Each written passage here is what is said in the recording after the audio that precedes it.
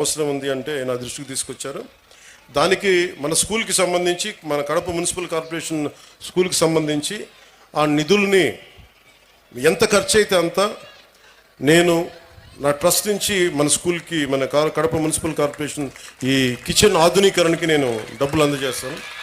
అది మీరు ఎంత అంటే అంత. అలాగే ఒక ఆడపిల్లలు అడిగారు, అక్కడ ఆడబిడ్డలు అడిగారు, నన్ను ఆ పాపలు అడిగారు, ప్రైజ్ ఇమ్మని దాకా ఒక ప్రొఫెసర్ గారు కూడా అడిగారు. మీకు ప్రశంసా పత్రాలు కానీ అలాగే మీకు బహుమతులు కానీ ఏదైనా ఉంటే స్కూల్ యాజమాన్యం నా దృష్టికి తీసుకొస్తే దానికి సంబంధించిన నిధులు, దానికి సంబంధించినవి కూడా నేను సమకూరుస్తాను తెలియజేసుకుంటున్నాను. అలాగే బస్సు ఒకటి కలెక్టర్ గారు నా దృష్టికి చాలా కీలకమని చెప్పారు.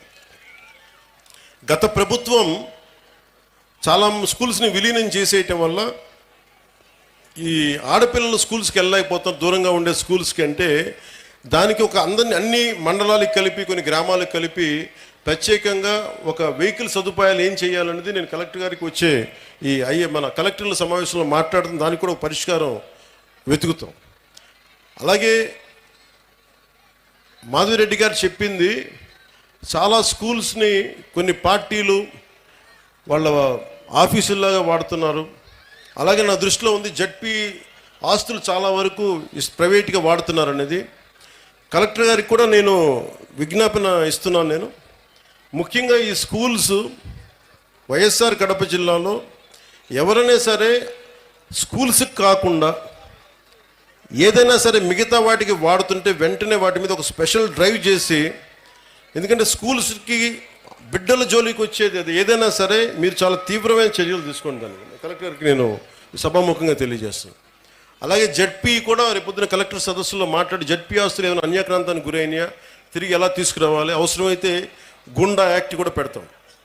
ఎందుకంటే చాలా బలమైన ప్రభుత్వ ఆస్తుల్ని కానీ పాఠశాలల్ని కానీ ఏదైనా సరే ప్రైవేట్ వ్యక్తులు కబ్జా చేస్తే we will open up, they will be booked under goonda act. గుర్తుపెట్టుకోండి. ఎందుకంటే ఇది కడప రాయలసీమ తెగింపున్న నేల, చాలా బలమైన నేల. మీరు ఇక్కడి నుంచి ఉద్యోగాలు సంపాదించి ఇక్కడ చదువుకొని మీరు ఇక్కడే ఉద్యోగాలు రావాలి, మీకు వర్క్ ఫ్రమ్ హోమ్ జరగాలి. దానికి మీరు ఏం చేయక్కర్లా, మీరు బలంగా బయటకు వచ్చి రోడ్ల మీదకి రండి సమస్య వచ్చినప్పుడు. మిగతాది మేము చూసుకుని నాకు ఇవ్వాల్సినది ఒకటి ఇవ్వండి మాకు చాలు. మిమ్మల్ని ఎవరిని ఏడిపిస్తున్నారు, ఆడపిల్లల్ని ఎవరిని ఏడిపిస్తున్నారు, బయటకు వచ్చి అధ్యాపకులు చెప్పండి, మా దృష్టికి వస్తుంది. అలాగే మీ అందరూ బాగుండాలని కోరుకుంటూ, భవిష్యత్తులో మీకు ఏ అవసరాలు ఉన్నా సరే, మా ప్రభుత్వం నిధులు తక్కువ ఉన్నా కానీ మనసు చాలా పెద్దది. దారులు ఎత్తుకుతాం, కష్టపడతాం, అభివృద్ధిని చేస్తామని మనస్ఫూర్తిగా తెలియజేసుకుంటూ, వేదిక పైన ఉన్న పెద్దలందరికీ మరోమారు ధన్యవాదాలు తెలుపుకుంటూ, మన స్కూల్ యాజమాన్యానికి ధన్యవాదాలు తెలుపుకుంటూ, కలెక్టర్ గారికి, ఎస్పీ గారికి, ఉన్నతాధికారులందరికీ ధన్యవాదాలు తెలుపుకుంటూ సెలవు తీసుకున్నాను. జై ఆంధ్ర, జై హింద్.